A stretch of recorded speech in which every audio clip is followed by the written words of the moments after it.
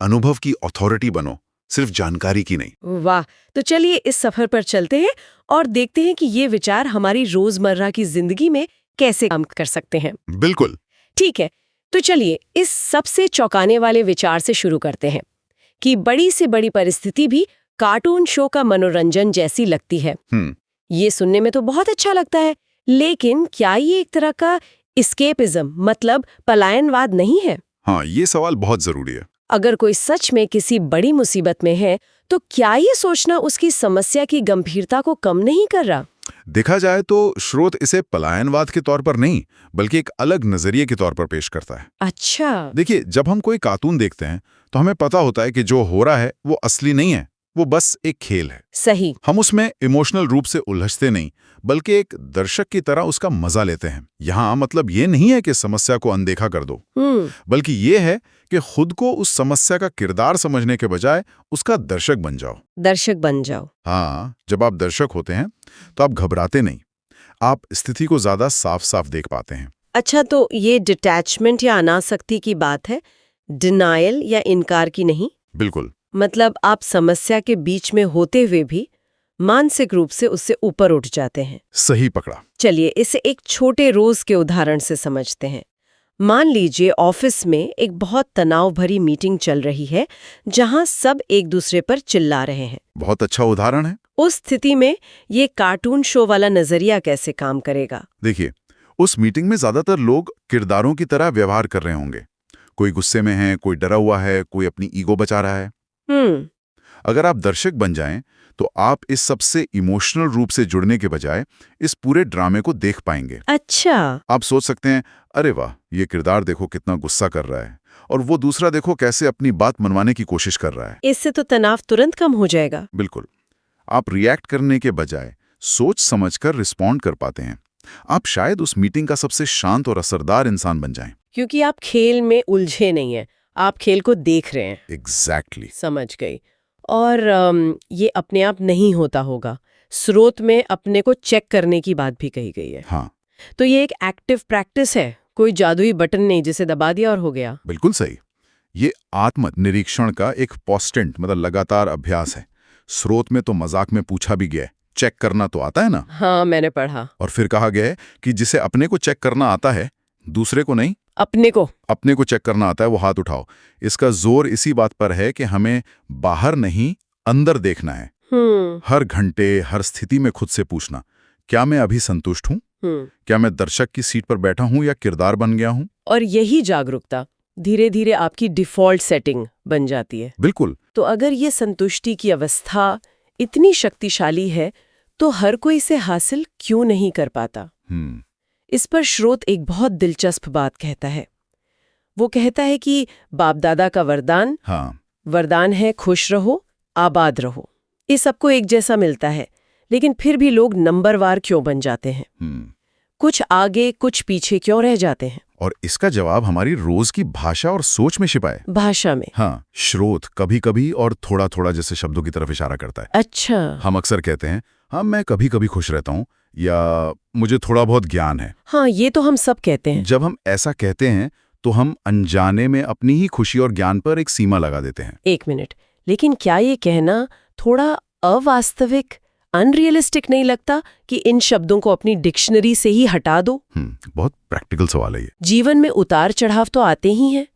क्या मैं हमेशा खुश हूं कहकर खुद को धोखा नहीं दे रहे होंगे? यहाँ धोखा देने की बात नहीं है, बात अपनी पहचान को बदलने की है। पहचान को बदलना? हाँ, देखिए, एक होता है कहना मैं कभी कभी खुश महसूस करती हूँ, और दूसरा होता है ये मानना कि मैं एक खुश रहने वाली आत्मा हूँ जो अभी एक मुश्किल दौर से गुजर रही है। अच्छा, दोनों में बहुत फर्क है। बहुत फर्क है।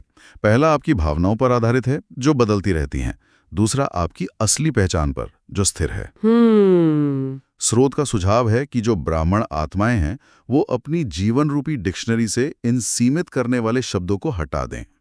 लक्ष्य सदा की अवस्था है, सदा खुश, सदा शक्तिशाली। तो ये दिखावा नहीं, बल्कि अपनी असली पहचान को बार बार याद दिलाना है। बिल्कुल। मुझे इसमें वो बीज वाला रूपक बहुत अच्छा लगा कि वरदान एक बीज की तरह है, पर ज्यादातर लोग उसे कॉपी में तो लिख लेते हैं, पर उसे फलीभूत नहीं करते। सही। ये आज के इन्फॉर्मेशन ओवरलोड के ज़माने में बहुत सच लगता है। हम रोज़ मोटिवेशनल कोट्स पढ़ते हैं, वीडियो देखते हैं, हाँ, लेकिन जब असल में तनाव का पल आता है तो सब भूल जाते हैं। सवाल ये है कि हम ऐसा क्यों करते हैं? क्या हम बस आलसी हैं? आलस से ज्यादा ये अभ्यास की कमी है। स्रोत इसका राज बताता है।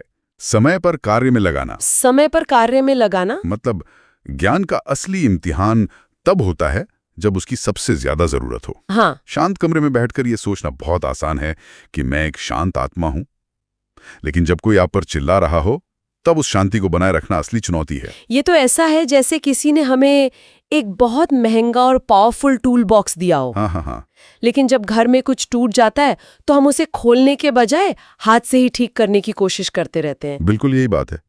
और बाद में याद आता है, अरे मेरे पास तो वो टूल बॉक्स था। एग्जैक्टली। और पहली बार में शायद आप उस टूल को सही से इस्तेमाल ना कर पाएं। हो सकता है आप गलत पेचकस उठा लें, लेकिन बार बार कोशिश करने से ये आपकी आदत बन जाती है। आध्यात्मिक शक्तियों का इस्तेमाल करना भी एक स्किल है, एक मसल की तरह। जितनी इस्तेमाल करेंगे उतनी मजबूत होगी। बिल्कुल। असली परीक्षा जीवन के मैदान में है, क्लासरूम में नहीं। और शायद इसी समय पर लागू करने के लिए स्रोत में एक बहुत प्रैक्टिकल फॉर्मूला दिया गया है। ये सिर्फ मन की स्थिति के बारे में नहीं, बल्कि हमारे रोज के काम और हमारे उसूलों के बीच एक संतुलन बनाने की बात करता है। हाँ, वरदान है। धर्म और कर्म दोनों का ठीक बैलेंस रखने वाले दिव्य व श्रेष्ठ बुद्धिमान भाव। हाँ। और ये बहुत गहरा है। यहाँ धर्म का मतलब किसी मजहब से नहीं, बल्कि धारणा से है। अच्छा, धारणा से? मतलब हमारे आंतरिक मूल्य, हमारे सिद्धांत? जी, हमारे गुण, जैसे शांति, ईमानदारी, दया। और कर्म का मतलब है हमारा कोई भी काम, ऑफिस का काम, घर का काम, कुछ भी। संदेश ये है कि जब आप काम कर रहे हो तो अपने मूल्यों को भूल न जाएं। इसका एक बढ़िया उदाहरण हो सकता है एक बहुत ही ब्रिलियंट सर्जन का, जो ऑपरेशन यानी कर्म तो कमाल का करता है। हाँ, लेकिन अपनी टीम से बहुत बदतमीजी से बात करता है, यानी उसका धर्म जो शांति और सम्मान है वो गायब है। आपने बिल्कुल सही पकड़ा। तो स्रोत के हिसाब से वो श्रेष्ठ बुद्धिमान नहीं है, भले ही वो अपने काम में कितना भी अच्छा क्यों ना हो। बिल्कुल, श्रेष्ठ बुद्धि वो है जो दोनों का संतुलन, बैलेंस बनाए रखे। अक्सर लोग अपने लक्ष्य को हासिल करने में इतने डूब जाते हैं कि वो ये भूल जाते हैं कि वो उस लक्ष्य तक पहुंच कैसे रहे हैं। हाँ, ये तो होता है। क्या वो रास्ता नैतिक है? क्या वो अपने मूल्यों पर कायम है? स्रोत कहता है कि अगर संतुलन नहीं है तो आपका कर्म भी साधारण रह जाता है और धर्म भी। लक्ष्य है दोनों में एक साथ श्रेष्ठता लाना। हाँ, आपका काम भी बेहतरीन हो और उस काम को करने का आपका तरीका भी बेहतरीन हो। और अब मुझे समझ आ रहा है कि ये सब आपस में कैसे जुड़ा है। शायद यही संतुलन सच्ची और स्थायी संतुष्टि की ओर ले जाता है। जब आपके काम और आपके मूल्य एक ही लाइन में होते हैं तो अंदर कोई कॉन्फ्लिक्ट नहीं होता। एकदम सही। जब आप वो काम करते हैं जिसमें आप विश्वास करते हैं और उसे उस तरीके से करते हैं जो आपके मूल्यों के अनुसार सही है, तब आपको सर्व प्राप्तियों का अनुभव होता है।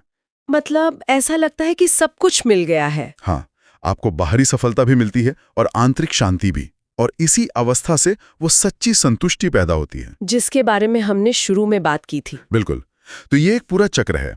धर्म कर्म का संतुलन संतुष्टि को जन्म देता है और संतुष्टि आपको वो शक्ति देती है जिससे आप हर परिस्थिति को एक कार्टून शो की तरह देख पाते हैं और सदा खुश रहने की अवस्था में टिक पाते हैं। हाँ, ये अलग अलग विचार नहीं है, बल्कि एक ही जीवन शैली के हिस्से हैं। तो इस पूरी चर्चा को अगर हम समेटें तो पहली बड़ी बात यह है कि संतुष्टि को एक नतीजा नहीं बल्कि एक ताकत समझें। एक कवच। एक कवच जो हमें बाहरी उथल-पुथल से बचाता है और हमें जीवन को एक दर्शक की तरह देखने की क्षमता देता है। दूसरी बात, हमारी भाषा हमारी दुनिया बनाती है। कभी-कभी और थोड़ा-थोड़ा जैसे शब्द हमारी क्षमता को सीमित करते हैं। हाँ, अपनी पहचान को अपनी अस्थायी भावनाओं से न जोड़कर अपने असली स्वरूप से जोड़ना। बिल्कुल, यही सदा की अवस्था का लक्ष्य है। और तीसरी और शायद सबसे प्रैक्टिकल बात, ज्ञान को सिर्फ जानना काफी नहीं है, उसे सही समय पर इस्तेमाल करना असली कला है। और इसका सबसे अच्छा तरीका है अपने रोज के कर्म और अपने आंतरिक धर्म यानी मूल्यों के बीच एक संतुलन बनाकर जीना। संक्षेप में, ये स्रोत हमें एक यात्रा पर ले जाता है, जानकारी से अनुभव तक, फिर उस अनुभव को अपने हर कर्म में लाने तक। ये एक ऐसी अवस्था की बात करता है जहां बाहर चाहे कुछ भी हो रहा हो, अंदर की शांति भंग नहीं होती। और अंत में श्रोताओं के लिए एक विचार। स्रोत का एक स्लोगन है, अपने मन बुद्धि को अनुभव की सीट पर सेट कर दो तो कभी अपसेट नहीं होंगे। पूछने वाली बात यह है कि रोजमर्रा की जिंदगी में ये अनुभव की सीट कैसी महसूस होती होगी, और अगर कोई सच में उस सीट पर बैठ जाए तो अपसेट होने की किसी भी स्थिति पर उसकी प्रतिक्रिया कैसे बदल जाएगी। इस पर एक और तरह से सोचा जा सकता है। याद कीजिए कि पिछली बार कोई सच में कब अपसेट हुआ था। ठीक है। अब कल्पना कीजिए, अगर उस पल कोई इस अनुभव की सीट पर बैठा होता, यानी एक शांत दर्शक की तरह, तो उसकी प्रतिक्रिया में सिर्फ एक क्या चीज अलग होती। वो क्या अलग तरह से कहते या करते? शायद उस एक छोटे से बदलाव में ही इस पूरी चर्चा का सार छिपा है।